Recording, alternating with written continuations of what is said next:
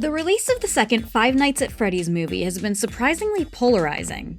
Among the fanbase, I mean. All the critics hate it, but honestly, what did you expect? They hated Jesus too. Reactions to the film have varied from absolutely adoring it to absolutely despising it. From a writing standpoint, you're either along for the ride or you are critical of the pacing and sequel bait of an ending. Did the animatronics have too little screen time, or were they sparingly utilized for effective horror? Some people argue that the film makes a complete mess of the game lore, while others respond that the games do a very good job of that themselves. Also, important note that we gotta drop here before we get a million comments. Some people are asking if we can take the timeline information from this movie and apply it to the games, such as Charlie First, the Unwithereds, etc. Our answer to that is, Vanessa is an adult in the year 2000. Also, the toys were made in like 82, not 87 when he says they were made. I don't think we need to care about timeline shenanigans. And anyway, today is not about opinions on the film. Instead, we are going to talk about perhaps the most controversial aspect of the adaptation, that being the characterization of two characters specifically. Two characters who originated in the games, but only made their cinematic appearance in this movie. And that would be the characters of Charlotte Emily and Michael Afton. Charlotte and Michael were both given distinct traits that many people believe to be out of character. Charlotte is angry, vengeful, and explicitly murderous towards adults. Michael, meanwhile, is just straight up an evil protege daddy's boy. This seemingly contradicts the games, where Charlotte is a resolute protector and Michael spends most of his time beating his father with a lead pipe. So why exactly would the movie make these changes? And could it be that they're more accurate than we think? And more importantly, what do these portrayals and the reactions to them mean about the general audience perception of victimhood? Because we've actually found it to lead to quite the interesting discussion around this topic. After all, who better to talk about this than us? Connie, Charlotte Emily's #1 fan. And Cori, the Michael Warrior. Hi, I'm Cori. And I'm Connie. And it's time to go to bat for blurbos from our games. Let's review. You're only useful when you're dead. Hey, heads up, content warning for this video. We will be having a deep discussion on perceptions of victimhood in cases of abuse. So, multiple different types of abuse will be discussed in depth, as well as their ramifications. Viewer discretion is advised. Also, you're gonna see us use some B-roll footage of people who have different interpretations of the characters than us. The reason we're using these as B-roll is we find these really cool and really interesting. And if you're gonna say, well, they disagree with you, you're wrong or they're wrong, you have no reading comprehension. Instead of letting these thoughts take over, you can change your thoughts by telling yourself, relax, it's okay. Time out, I'm taking a walk. Or, I'm letting this one go. It's not worth getting angry about. It is important to remember that your thoughts can affect your feelings and your actions. Just a quick review of the important aspects from the second film that we'll be discussing. This movie picks up a year after the first. Vanessa has gotten out of the hospital but still hasn't returned to work, mainly because her PTSD is insane right now and she's not on her best behavior. Mike is actually doing much better, having gotten a well-paying job and a new house for him and Abby. Abby is doing pretty decently, but she misses her ghost friends who haven't been talking to her. Aunt Jane apparently got institutionalized after rambling about the yellow bear, but news about it reinvigorated interest in the Freddy's franchise. Because of this, a certain someone decided to take action and set some plots in motion. A paranormal investigation film crew is invited to the original Freddy's location, which has been closed since 1982 when some little girl got murdered there. That little girl was Charlotte Emily, who happened to be Vanessa Afton's best friend. She spotted Spring Bonnie luring a random boy, who, for simplicity's sake, we'll give a random name that won't cause any strife. We'll call him, Andrew. So she sees Spring Bonnie luring Andrew into the kitchen, but none of the adults around her will listen to her pleas. Because it is the 80s. So she goes in herself, rescuing the unconscious boy but getting herself stabbed in the process. When she collapses on stage, she falls into the puppet's box, possessing the animatronic. Vanessa's been keeping the puppet from going on murderous rampages by keeping her Cocomelon music box on a constant loop. But that's about to change. The location security guard, also named Michael, lets the crew in, where they get picked off one by the animatronics. Lisa breaks the music box, gets killed and possessed by Charlotte, who decides to start going on a vengeance spree. She first manages to contact Abby, already knowing about her connections to the ghost children. This isn't exactly explained. Maybe she does have a connection to the MCI that wasn't made clear in this film. Maybe she's just psychic. Maybe her and Cassidy have tea over Afton Springlock and Corpse. Anyway, she shows Abby how to get to the location and pretends to be her friends by wirelessly controlling the toy animatronics. This seems to just be in order to get Vanessa scared and at the location, which works pretty well, and she gets herself kidnapped by the puppet, who needs her to spill the release code so the animatronics can leave the building. She does this by threatening Abby, though whether or not she would actually have hurt her is unclear. I'm leaning more towards the side that she wouldn't, because she kills Lisa while possessing her, but Abby gets off the possession scot-free. But it is still up to interpretation. The animatronics run off to go kill some adults, who Charlotte blames for not helping her at her time of death. Vanessa says here that she doesn't really blame Afton, which could either be because she doesn't know who is in the yellow rabbit suit, though if her dad was the co-founder of Freddy's and Afton's daughter was her best friend, she'd probably have some idea. Or she already knows he's getting a Tiger Star repeat death right now and decided to focus her vengeance mission elsewhere. But the important thing is, she's sending these things out on a killing spree. Mike uses the computers to track the animatronics so Vanessa can save the innocent bystanders, which culminates in the puppet possessing Abby and making a mess of her house. Mike is able to pull Charlotte out of Abby via a Song of Horror-style second music box that has hit the towers, and Abby appears to be fine, just a little dazed. This is when our ending occurs. Enter security guard Michael 2, who it turns out is Michael Afton himself. He tries to get Vanessa to join him in his murder spree, since it's what dear old dad would have wanted, but she isn't too keen on the idea. The classic animatronics arrive just in time to beat the hell out of the toys, Twisted Ones style, but their electronics don't function well outside the restaurant and they start shutting down. Something week before charging stations. Now, I will admit, first time I saw this scene and Golden Freddy Ghost was the only one talking, my first reaction was, bitch, I didn't see you hauling ass over here! Where is your dumb golden fursuit? But then I read other people's interpretations that the other MCI had already moved on and this kid was just puppeteering the other suits in order to save Abby, which works better and is honestly really sweet. Boy gave up Ultimate Custom Night for his bestie. Speaking of which, he tells Mike that Springtrap is up for the next game and then vanishes. He tells Abby they're going to heaven, but we've played all the games and we know they're floating down to those fun times in the bunker. You've got another 4 games to go, my boy. Good luck with the Molten Freddy. Anyway, Michael Afton escapes, and Mike firmly tells Vanessa in no uncertain terms that he does not want to see her ever again. And can you fully blame him? He's been hanging out with this woman for over a year now, talking about their shared trauma, and she's never thought to mention that 1, her father has killed more than 6 kids, 2, including her childhood best friend, 3, there are more possessed animatronics and more locations, 4, she has a brother who, mind you, has the same name as him, so you would think that would come up in conversation. It was the 80s, everyone was named Mike. Said brother is also going around killing people. Either way, I wouldn't trust her ass either. Just sucks because as soon as he and Abby leave, Charlotte jumps in to possess Vanessa, leaving us with a cliffhanger for movie 3. Now, the thing is, the portrayals of Charlotte and Michael caused quite a bit of discourse in the fandom. Charlotte has always been seen as the protector of the innocent, not I'll kill the innocent if they're over the age of 18. And Michael, of course, is turned into his dad's biggest fanboy. Is this Scott Cawthon retroactively deciding to assassinate some of his most popular characters? Well, no. Not really, I wouldn't no. say so. No. We're gonna have a fun discussion from here on out.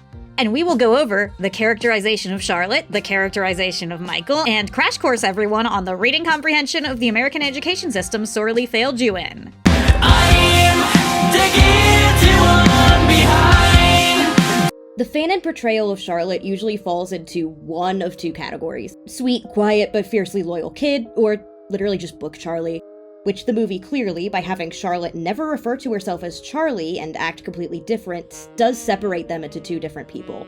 But that's a whole new topic. But anyway, this was a personality that persisted throughout fandom culture. Film Charlotte is quite a bit different from either interpretation.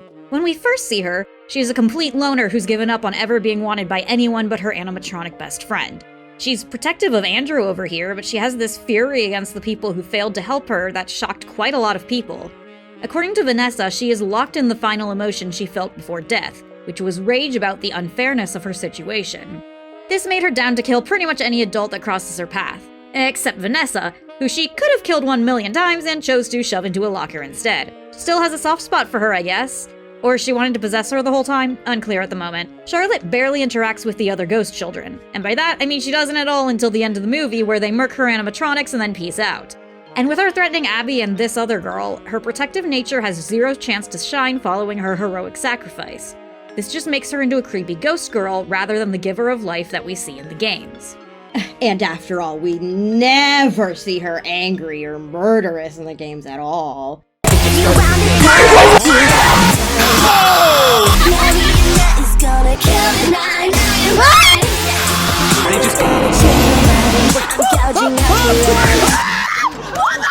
That was the music box man! Yeah.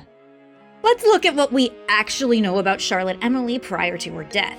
We see her in exactly 2 scenes before dying, and it's the same scene, just shown from different angles. In Take Cake to the Children, we see her crying outside, murdered, and then going ghost. The security puppet minigame reveals she was locked outside by the other children, and then that's about it in first-hand knowledge. From secondhand, Henry says that he knew she would come back to Freddy's, that he's sorry nobody protected her the way she protected others, and then tells her to rest. That's all from a biased perspective, but there's nothing to indicate he's wrong about her protective nature. This is because of what we see of her post-mortem. As the puppet, she is able to give life to the other animatronics, helping the missing children fully possess their suits instead of being confused, wandering spirits. Eventually, she manages to gather them all together to give the happiest day to the Golden Freddy spirit, allowing them all to move on. She does indeed feel like a shepherd in these moments, which is backed up by one of her more prominent Ultimate Custom Night lines. The others are under my protection. Now, the audience often took this, along with her line about being more aware than the others, and started seeing her as far more on the defense than the offense. After all, if she's more aware, then why would she kill random people like the other ghost children? She obviously attacked William during his first week in FNaF 2 because he killed her. She attacks Mike, but again, he looks just like her killer. And Jeremy Fitzgerald... Of course, in the canon timeline, Charlotte doesn't actually kill Jeremy Fitzgerald. He survives long enough to get bitten after all. But we definitely see that she's willing to kill him. If you don't mind the music box, she will strangle your ass out of spite. Or is it spite? It's entirely probable that Charlotte just kills security guards. The animatronics seem to have a hierarchy of targets after all. Security guards get killed, employees are distrusted, adults get the dead stare. But that then means she can't differentiate between her actual killer and the outfit he wore. Either she isn't aware enough to tell which security guard is her target, which would mean she would indeed go after anyone who so much as wears the uniform, or she's not above killing bystanders who, get in her way. I don't hate you, but you need to stay out of my way. This line is spoken either directly to William Afton, or more likely the Vengeful Spirit, depending on your interpretation. Either way, despite her reassurance, it's an aggressive line delivery. Whatever she's doing, she doesn't want any distractions, or anyone who gets in her way is going to pay for it. Where else do we see the puppet? Well, she disappears completely between FNaF 2 and 3 in the timeline, where she appears briefly in a rare screen and then dips. She's probably working on Happiest Day at this point, or maybe she just wanted to check and make sure Willy Boy was still dead. It's around then that she's captured by Lefty and kept inside the suit via controlled shocks and Lullaby Cocomelon. However, Henry specifically says he does not know how the animatronic will behave after getting the puppet inside of it. And how does it react? Well, ironically, like a frightened animal. Lefty moves erratically, shakes so hard it falls apart, and is constantly hunting Michael. If she knows there are other animatronics and ghosts in the building, she does not care. Her single-minded goal is beating Michael Afton within an inch of his afterlife, and she's only stopped by her own dad setting the place on fire. Then maybe she does FNaF World, but that's irrelevant to the topic at hand. In FNaF AR, Lefty, and thus Charlotte, were planned but never implemented before the game shut down. Whether it would actually be Charlotte, or would just be a recreation, is also unknown, but she would have been able to kill the random player just for shits and giggles. And for the record, if she was this C-virus, that's some very aggressive text. She then appears exactly twice in the Fazbear Fright series. Maybe. Technically, it's never confirmed she's what's possessing the puppet in this universe, but for the sake of the video, we'll consider these Charlotte moments. In the Stingers, Charlotte's puppet mask is kept in a police evidence locker following a certain fire, and Larson manages to nab it and bring it with him on his Stitch Wraith investigation. When the big Afton mech shows up, she tells Larson to take her to it, gets strapped to a forklift, and then goes into Afton's junk body and rips it apart from the inside, dragging him into the lake. Still violent and vengeful, but only towards Afton. Her second appearance is in the ambiguously canon You're the Band. She may or may not be the Shadow breaking into Timmy's room and kidnapping him out of his window, but she's definitely spotted what's Mike, either Michael Afton or another Mike-tosis situation like in the films, and Timmy's mother Sylvia make it into Freddy's. When Sylvia tries to make it to her son, the magic puppet tentacles immediately engulf her, quote, stopping just short of strangling her. The puppet only loosens up when Mike has removed Gabriel from Timmy's body, to which she brings Freddy out, releases Sylvia, and then dips into the ceiling. This posits her, again, as a protector of the original animatronics, but once again shows that she is not against hurting innocent people. She doesn't strangle Sylvia, but she gets pretty damn close. She also doesn't seem to be attacking Mike the way she attacks this woman. If she's aware enough to know that Mike doesn't mean any harm and has a plan, why does she have no clue that this woman was part of it? Why wouldn't Mike be able to talk her down until Gabriel was safely returned? It seems she's more aware than the other animatronics, but not as aware as she thinks. This all ties into the movie's portrayal. When we see Charlotte as a ghost, she's still angry, but actually very passive. She is just sitting by the box, waiting until Vanessa delivers her music box to keep her asleep. It's not until she awakens surrounded by strangers that she becomes angry and violent, attacking Lisa and getting the animatronics to dismember the rest of her film crew. Her main goal is to cause destruction, but she's also smart enough to play Abby for most of the movie without letting her in on the actual plan. You can actually see this as being an alternative reading to her line about being more aware. She's not more aware in regards to how the world works, how to move on to the afterlife, and what's actually going on around her. Instead, she's aware of what she wants and how to go about getting it. The missing children lash out due to fear and the influence of William Afton, attacking people who look like their killer and who disturb the environment. Charlotte is able to play the long con in order to get what she wants, and attacks even when not in immediate danger. It's like the difference between a prey and predator animal, but altogether, they are both animals. Which I think is also part of the tragedy of Charlotte in the film. She isn't a fully aware, helpful ghost. She is still a FNaF ghost, which means she is missing memories, missing logic, and desperately trying to find what she has lost. But she can never find it without moving on, because she is only a remnant of what she once was. Also in the filmverse, she was trapped alone in the original building and unable to surround herself with the other spirits to give herself some kind of purpose. She still has a protective spirit, but without anyone specific to protect, her nature is corrupted into wanting to kill the general population of people who wronged her, regardless of if they're actively harmful or not. We see how she interacts with general adults in the beginning of the film, and yeah, valid crash out from that. As to the ones she knew, Henry admits that he was not a good parent while alive, and we see a note from her apologizing to him for him missing her birthday, basically telling us that she was conditioned to see his failings as either her fault or something out of his control. We have no implication of her having a mother around, and her best friend's dad was chasing her with a knife for shits and giggles, so she literally has never known a helpful adult. She was neglected and abandoned all her life, and thus it surprises her when a child is actually emotionally attached to their parent and willing to get in between her and them, because she's never seen that before. And there's really no implication that this isn't part of her personality in the games. She'll kill all night guards for turning off her radio, she'll strangle a parent running to get their child. And let's be real, we don't know what the hell she was up to in between 1987 to 2015. She could have been in her box, but considering Henry saw it necessary to entrap her and keep her contained, I'm unsure she wasn't wandering around biting people in alleyways. All of the other possessed animatronics are unstable and lash out at anyone around them, and Charlotte isn't special. She's more aware in the way that she can think through her actions, but she's still driven by the animal instinct to kill. A mama bear is still a bear. You get near her cubs, she doesn't care if you're reaching out with a gun or a treat. You are still near her cubs, and she will still attack. You take the cubs away from the mama bear, she's not going to exactly be happy about it. And even child-free bears don't get more human by disassociation.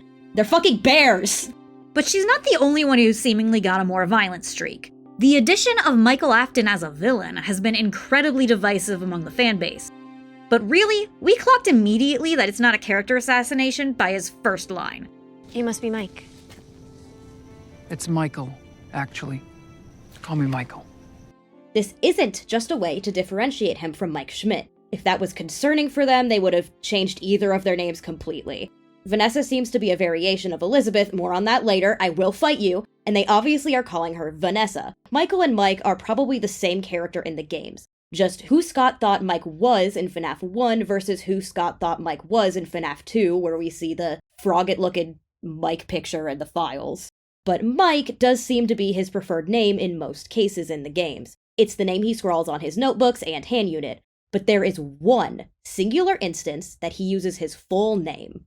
Father, it's me, Michael. He uses Michael when talking to his father. William does give the vibe of one of those parents who think nicknames are stupid and or doesn't care what his children prefer to be called. Michael is who he is around his father, and Mike around literally everyone else. So having him distinctly say he does not want to be called Mike in the movie is an immediate red flag. This isn't an evil Michael, it's a Michael still under control. It means that his father's influence is still so deeply held over him that he sees himself only as Michael, only as a part of his dad. Possibly literally. We know that Golden Freddy was physically holding William back from fully possessing Springtrap, but the way Michael responds to the phrase, "Your father is dead," is a little suspicious. I think our father might strongly disagree with that. Your father's dead. Yeah. Michael at first uses present terms to refer to their dad. Might strongly disagree rather than would have. Mike says their dad is dead, and Michael laughs, smiles, and visibly grimaces before saying, yeah. It's not impossible he's literally had contact with his dad and knows about him already possessing an animatronic. Even if that's not true, he definitely has instructions he's compelled to follow. I think this also gives a very interesting meaning that the two names Afton is shouting out in Ultimate Custom Night is Henry and Mike. The first time he's ever called his son Mike and not Michael is when he is literally tortured in hell. Men will literally get tortured in hell instead of go to therapy. Woo! Men will literally torture their dads in hell instead of go to therapy. The way he looks at Vanessa as well fully communicates that he does care about her. His voice gets more soft, he sees her turning against her father as turning against their family entirely. Michael then literally repeats what we've heard William say to her before. You are his child. You have a purpose. We will always be his. This is a mantra he has drilled into their heads to the point that Michael sees it as their entire purpose in life. And look at how he says, you have a purpose. That is a line delivery that is dripping with meaning. It's something he's telling himself as well as her. Then, again, he looks sympathetically at her and asks her to come home. Unlike William, who's shouting, I love you as he physically manhandles her and threatens her life, Michael only touches her once and seems genuinely upset when she backs away from him. You can see his face fall. Freddie Carter did an amazing job acting in this movie, firstly in being his own character while also calling back to small mannerisms of Matthew Lillard's Afton. But his acting in this scene specifically is what sells that he is not a completely evil copy of his dad. He is just as under control as Vanessa was in the first film, totally down to set up and murder Mike before she found out about Abby. Who knows how many security guards she interacted with and let die at that location. In the games, the common interpretation at the moment is that Michael was complicit in his dad's crimes to some extent before Sister Location. And technically, we don't exactly know how complicit. We go from his singular voice line where he's pleading for his father's attention. Based on the custom night monologue, Michael sounds like he's trying to win his father's approval. Which raises a couple questions in my mind, because doesn't he threaten William at the end? Father, I'm going to say something. And kind of default to the interpretation that he's a bit of a sad boy. That he doesn't want to do any of this, doesn't like doing any of this, but is terrified of his dad to say no. That portrayal, however, went to Vanessa in this film, and Michael is acting a lot more like Elizabeth. Now we can do what we were created to do. You are his child. You have a purpose. I will make you proud, Daddy. But I'm here to continue his legacy.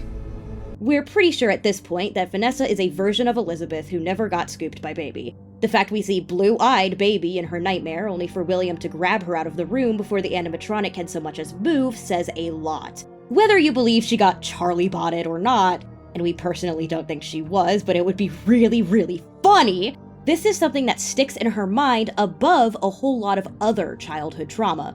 This is not just a fun cameo, it's a very distinct and very important. This could have been the Ella Springlock suit from the first film. This could have been Sparky. They chose to make a giant baby animatronic for a reason. You can get two interpretations of this one. One, Elizabeth is a separate character and her death haunts Vanessa.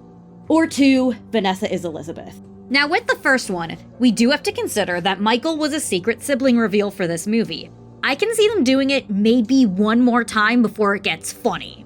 And in the family photos in the Afton house, we don't see a third kid, but that could also be due to spoilers or due to the idea that the third child died before these photos were taken. The photos are only from around one time period, of course. And also feature our first confirmation that William's wife fucking exists. We love women. We love women. Feminism win. Feminism win! Dismissing these photos, there is no actual evidence of a third child, but there is something that does potentially indicate the existence of, say, an inciting incident, The movie at first seems to indicate that William is just killing for the fun of it, especially with Michael being down to set the animatronics loose on a random crowd of people. But there's a few things that point to him having an ulterior motive for his first fun murder times. Namely, Andrew and Garrett. Andrew wasn't killed immediately, but knocked unconscious. At first, we assumed this meant he was killing the kids the way he did in the novel trilogy, literally shoving them into the animatronic until their bodies break. But as Rytoast pointed out in the Freddy Fazbear Pizza podcast, hold on, put a coin in the Rytoast reference jar. Garrett is completely outside of his MO. All of the other kids we saw were children inside of Freddy's who could be easily lured to an animatronic. Garrett was several states away, but just so happens to also live in the same town as Afton, which implies Afton drove all this way just to kidnap him. And for what reason? Rytoast's current theory, which is fire, is that because the puppet can possess humans in this universe, William's initial motivation was to use Andrew and/or Garrett as vessels for the crying child to possess. When that didn't work, he just started experimenting more with animatronic possession, which proved to be more effective and easier to control. And honestly, if there is a third child, crying child in this context makes infinitely more sense than Elizabeth. Firstly, because a second Afton daughter would basically be copy and pasting Vanessa, but killing her as a child, which in itself shows how much Vanessa acts like Elizabeth. That's my sister for you. She always was a little selective with the truth. The only thing that matters is knowing how to pretend. But secondly, because not only does this theory make complete sense, not only does it add a whole new meaning to the Afton kids being told they have a purpose, I put her back together, just like you asked me to. but come on guys, come on! This little boy in a striped shirt possessing Golden Freddy who William specifically reaches out for and who seems to be more aware than the other children, whose actor had to have his hair dyed blonde suspiciously the same color as Vanessa, whose face is taped over some other child in the initial Yellow Rabbit drawing and is missing in Abby's drawing of the missing child incident, who we distinctly never see Vanessa interact with and we don't see her reaction to him appearing in the second film, who looks like the vengeful spirit from UCN who is commonly theorized to be Golden Freddy. Yeah, if there's a secret third child, it's this kid. And again, adding secret siblings can't just be a trend. Not only would it be repetitive from a writing standpoint and boring to an audience, it's repetitive to have two secret killed by an animatronic and accident siblings, so we're down to one being likely, and it's repetitive basically to just make two Elizabeths. The reason we went on this entire side quest is because if we presume that Vanessa is this universe's Elizabeth, it really shows just how her and Michael have switched roles, at least at the moment. When Circus Baby works for her father in other timelines, it's the same way as Michael was in this movie, desperate for approval, desperate to do whatever he wants. Vanessa has Michael's game role of slowly breaking out of the brainwashing and trying to reverse the harm that her father has done. This does not mean that Vanessa is the good sibling and Michael is the bad.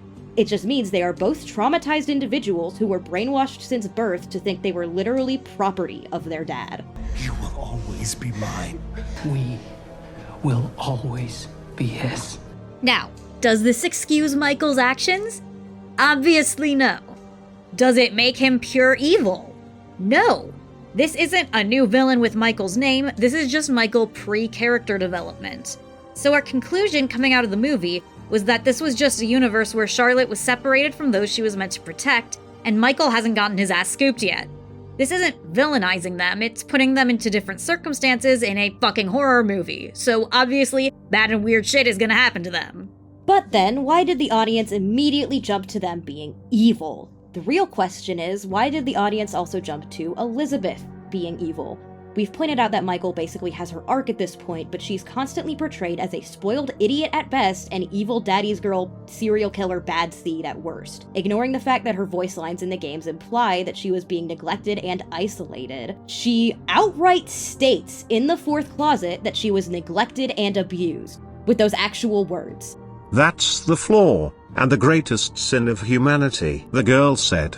You are born with none of your intelligence, but all of your heart, fully capable of feeling pain and torment, but with no power to understand. It opens you up to abuse, to neglect, to unimaginable pain. All you can do is feel. She studied her hands again. All you can do is feel, but never understand. What a sick power it is that you are given. So why do people ignore her trauma and perceive her as a brat? Is it just because of mental association with little British girls asking their daddies for things with Veruca Salt? Or is there another, deeper, darker association we make with abuse victims who lash out? Abuse victims who are not perfect. Let's talk about Amanda the Adventurer. I'm out there somewhere, rotting in the nowhere, but you'll never listen to me. Amanda the Adventurer is another mascot horror series that recently wrapped up with its third installment. However, one specific choice with this third game has once again caused division and uproar in the fanbase. This being Wooly, actually. Wooly and Amanda were both characters who existed in the dimension of the Demon VHS tapes, but in the first game, Wooly was far more sympathetic. Amanda is constantly belittling him, hurting him, and threatening the player with violent game overs. Wooly, meanwhile, is constantly trying to calm her down and seems to be trying to help the player. Seems to be. Throughout the series, we find out Amanda's tragic backstory, and that she's a little girl trapped in the body of a Pied Piper for a demonic cult. Wooly's role was left more in shadow, but he was always trying to cheer up Amanda and remain her best friend. However, when she sees him return from the dead in the second game, she's furious. This is because, as we find out in the third game, Wooly is part of the problem. Wooly was an employee of the cult, Hamlin, who was manipulated into undergoing the same traumatizing process into soul transferring to the VHS world. While he was also a victim of their actions, unlike Amanda, he refused to rebel, even after being literally murdered and potentially eaten by Amanda in the first game. He continued his job of trying to get her to go along with everything, and in trying to destroy her tapes and keep her trapped forever. I know what you've been doing out there, and it's not going to... Lily, let's play! You can't change anything. The reveal that Wooly was an antagonist was foreshadowed from the first game, where people were already guessing that he might be an employee meant to keep her under control. But somehow, when this actually turned out to be the case, people were angry. They'd expected it, it turns out, Wooly to be another scared and abducted child who was forced into this role, even though that was Amanda's backstory. But they wanted Wooly to have that backstory and that trauma because he was a more palatable victim than her. And just to clarify, we're not claiming that everyone who liked this character is secretly bigoted or that everyone who has different opinions or interpretations has ill intentions. Some people just like a character or like an interpretation, and we're not going to psychoanalyze literally hundreds to thousands of people at once. But when analyzing the general trend of what characters fandoms tend to come together to woobify and which ones they don't, well, there tends to be a pattern. And that pattern is what we found so interesting in regards to Charlotte and Michael, and what we see repeated in a lot of other areas. Amanda was a little black girl who was angry at what happened to her, lashed out violently at people who did or did not deserve it, and coped by getting really into dark subject matter, laughing at death, and blocking out her more troubling memories. This was, again, obvious from the first game, but because of her temper, her fighting against Wooly was seen as her being the perpetrator and Wooly being her scared victim. So him actually being the one in control, the one keeping her leashed down while his demon ran around trying to kill her, was a plot twist, but not a wholly, unexpected one. Let's talk about abusers using DARVO, D-A-R-V-O, a strategy coined by Jennifer Freyd. Deny, attack, reverse victim and offender. Quoting her site directly, the perpetrator or offender may deny the behavior, attack the individual doing the confronting, and reverse the roles of victim and offender such that the perpetrator assumes the victim role and turns the true victim, or the whistleblower, into an alleged offender. This occurs, for instance, when an actually guilty perpetrator assumes the role of falsely accused, and attacks the accuser's credibility and blames the accuser of being the perpetrator of a false accusation. Wooly fits this criteria perfectly. He constantly denied that anything was wrong to the point where it's his main character trait. He then demonized Amanda, making her seem like the one wrongfully hurting poor baby best friend, despite knowing that she was a kidnapped child and he was the adult in the situation. So when the audience comes in 20 years into their relationship and they see her hating on and beating on him, it looks like she is the instigator, despite the fact that he actually holds all the power over her, and her fighting back is seen as her being the villain. But why was this plot twist received so angrily? Because the audience wanted Amanda to be the aggressor and Wooly to be the victim? Or at the very least, 2 victims, where they can whoopify Wooly for putting up with so much and doing nothing wrong at all? Was it because she was a visibly black woman and he was a dude that they could care more about? That definitely played a part of it, but it's also because he was very good at seeming like the perfect victim, while she very much was not. The perfect victim is a myth society drills into our heads. While it can vary on occasion depending on situation, the idea is generally the same. We found the Strong Hearts Native Helpline page description to be the best summary, with, the perfect or ideal victim narrative is a widespread phenomenon that not only potentially prevents a victim from reporting assaults, it almost always ensures that a defense attorney will use appearance, behavior, and reputation to refute a criminal case in a court of law. Unfortunately, the media often portrays the perfect victim as a Snow White fairy tale innocent. According to Jason B. Whitning, PhD, LMFT, whose research delves into deception, communication, and abuse in relationships, the ideal victim profile consists of 5 traits in which the victim must be weak and/or vulnerable, involved in a respectable activity at time of victimization, blameless in all aspects of the interaction, victimized by an obvious offender, someone who doesn't know the offender. These socially accepted victim traits may contribute to why male victims are less likely to report an assault, and these assumptions often result in victims and perpetrators being painted with a very narrow brush involving social biases about age, gender, sexual orientation, social class, and race. Now, Wooly doesn't fully apply to the last bit, as he's a guy, but misogyny will always come in to rear its ugly head if a certain someone decides that the woman must be the problem here while the man is the poor innocent baby. Wooly was likable, sweet, funny, and always willing to help. He was vulnerable to Amanda's temper, so people who wanted him to be their perfect victim filled in the rest. His respectable activity was being a young, scared child, ignore that Amanda was also that. He had nothing to do with her imprisonment, he was just like her. But male. Amanda, meanwhile, was a black girl who was angry, picked fights, and had an entire demon to kill you with, and could easily be blamed by the narrative for killing those kids if you didn't look too deeply into the lore. Wooly fit the narrative of the victim better than her, so nobody thought that he might be the one hurting her. And yes, Wooly was also a victim of the cult's manipulation and abuse tactics, but you can be a victim in one situation and an abuser in another. And a victim fighting back against their abuser is not reverse abuse or mutual abuse. It is simply fighting back, but looking at it from an outside perspective can give you the wrong assumptions, especially when the victim is a black woman, who are stereotyped as being angry and crazy whenever they speak up for themselves. If we believe in the perfect victim, anyone who falls short must be lying and must have deserved it. Snarky Lisa being the perfect victim. They must never retaliate against their perpetrators. God forbid someone who's been emotionally wounded or mentally tortured lash out. That's not very mature and proper. Yet they still end up condemned for weakness when they freeze. They're expected to run out the back door when their targeter's true intentions become clear, but are shamed for not running when they have little to no access to the right resources. And if they do, certain people may side-eye them for losing a good thing or mooching off aid provided to them. Victims frequently end up pressured to forgive their abusers and harassers, even when the latter two have forever scarred them while walking away with nary a trace of impact on themselves. It's for your own good, not the perpetrators, these people say, when the perpetrator has done nothing to earn it. Most importantly, though, a perfect victim needs to get over it. They need to move on from their trauma as quickly as possible and not let it color their emotions, ever. Personal time? What's that? There's no need for mental health breaks if one is to be as normal as possible.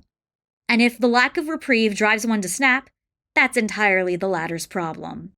To be someone's victim is to frequently have to make hard choices. You're damned if you do, and damned if you don't. What does this have to do with Charlotte and Michael? Charlotte is being called evil for lashing out. Michael is being called evil for acting under brainwashing. Does this excuse their actions? No. But it does not make them irredeemable monsters. It doesn't mean Charlotte is worse than William or that Michael is beyond his game redemption arc. But it means that they are not what the fandom projected onto them. Charlotte is not the sweet, innocent, passive girl who would never harm a living soul. Michael is not the tragic, manipulated, never done anything wrong since horribly bullying and then killing his brother Sad Boy. This does not mean that they deserved what happened to them, nor that they are not still victims of William Afton's abuse and violence. but it does get interpreted as them being villainized because they are simply reacting in a realistic way to what happened to them. This isn't a FNaF fandom-specific problem. In just the horror genre, we can look at Six from Little Nightmares, being called evil for being driven to cannibalism due to her forced starvation, and her dropping Mono is being seen as her being evil, disloyal, and irredeemable, despite the fact he has been throwing her into nothing but life-threatening danger since she met him. How about Stranger Things? Pretty much half the cast of the show are abuse survivors, whether it be literal or sci-fi metaphor. But we see the Wooly problem in reactions to Season 2, where Kali, a homeless Indian woman, was demonized by the fanbase for being exclusively violent towards her abusers. But Billy, a white teenage boy, was forgiven for his own abuse, I must say it, racism, and misogyny because the audience thought he was hot. And let's step out of the horror genre. Maybe Chara wasn't the greatest person, but I will shoot out a giant rainbow-colored laser to get them to stay by my side for a moment longer. Okay, Michael and Elizabeth are very similar to Zuko and Azula, but one of these two siblings gets to be the hero and the other, despite being framed as a tragic falling by the narrative itself, gets kicked to the curb as a generic villain. If you survived the Great Steven Universe discourse, you remember Lapis is the real abuser arguments, because Lapis was angry, missed her abuser sometimes, and was rude to some fan favorites. Have you ever had to talk down someone who thinks Catra should have died alone and unloved? God forbid Shadow the Hedgehog act irrationally and aggressively when his found family is threatened. Our first experience with this kind of fandom double standard wasn't even for an abuse victim. It was for people who legitimately couldn't handle Mabel Pines being scared of high school and separation from her twin brother. And do you know what this comes down to? Lolita. Yeah, I bet a bunch of you just tensed up the second you heard that word, didn't you? There is a fucking reason. The book is written from the perspective of an abuser about how much he totally, definitely, for real loved his victim, a 12-year-old girl he kidnapped, assaulted, and ruined the life of for his own sick pleasure. Title of the book isn't even her name, but the nickname he calls her. Her real name is Dolores Hayes. But because people have no reading comprehension, they interpret it as a love story because the narrator told them to. Dolores, in the text, fights back, is angry and volatile, and hates what her stepfather makes her do. But nobody in the book notices her plight because they see her as a bad kid who's writing cuss words on the wall and showing no interest in school. She escapes her abuser only by running to another abuser, which you know if this happened in real life, people would say was her fault. The reason we are bringing this discussion all back to the idea of the perfect victim is because there is no perfect victim. Dolores Hayes was a white cisgender little girl who was minding her own business when random adult men decided to take advantage of her, and society still sees her as at fault for what she went through.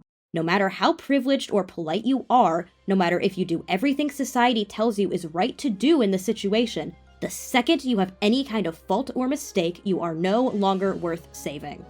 And it should be noted that Charlotte was so close to being the perfect victim as well. She did everything right. She went to go get adults when she saw something wrong happen, only went in herself when there was no other option, and died to save someone she didn't even know because it was the right thing to do. And still, in-universe, she is put at fault for what happened to her. And out-of-universe, she is being called evil and villainized for acting like a child about what happened to her as a child. We're not saying that everyone who was surprised or disappointed in the movie betrayal is the bad guy here. When I first saw the film, I was also shocked, surprised, and disappointed. But after walking out of the theater, I sat in it and realized, wait, that actually makes sense. First impressions aren't everything, I guess. We found it fascinating how the reactions to this new characterization, or reveal of real characterization, we don't know Scott Cawthon's mind, lined up with the perfect victim myth and the mentality around abuse survivors who mess up. Just because Michael was a victim doesn't mean he's allowed to go around killing people, but just because he's down to murder after being conditioned for that all his life doesn't mean he isn't still a victim as well. Both can be true. Charlotte and Michael in this movie are having traumatic reactions to things that they have gone through, but that didn't fit the ideal image of them we had constructed in our minds. We wanted them to be perfect guardian and sorrowful atoner. But if they make any mistake along the way... well, that must mean they're the villains now.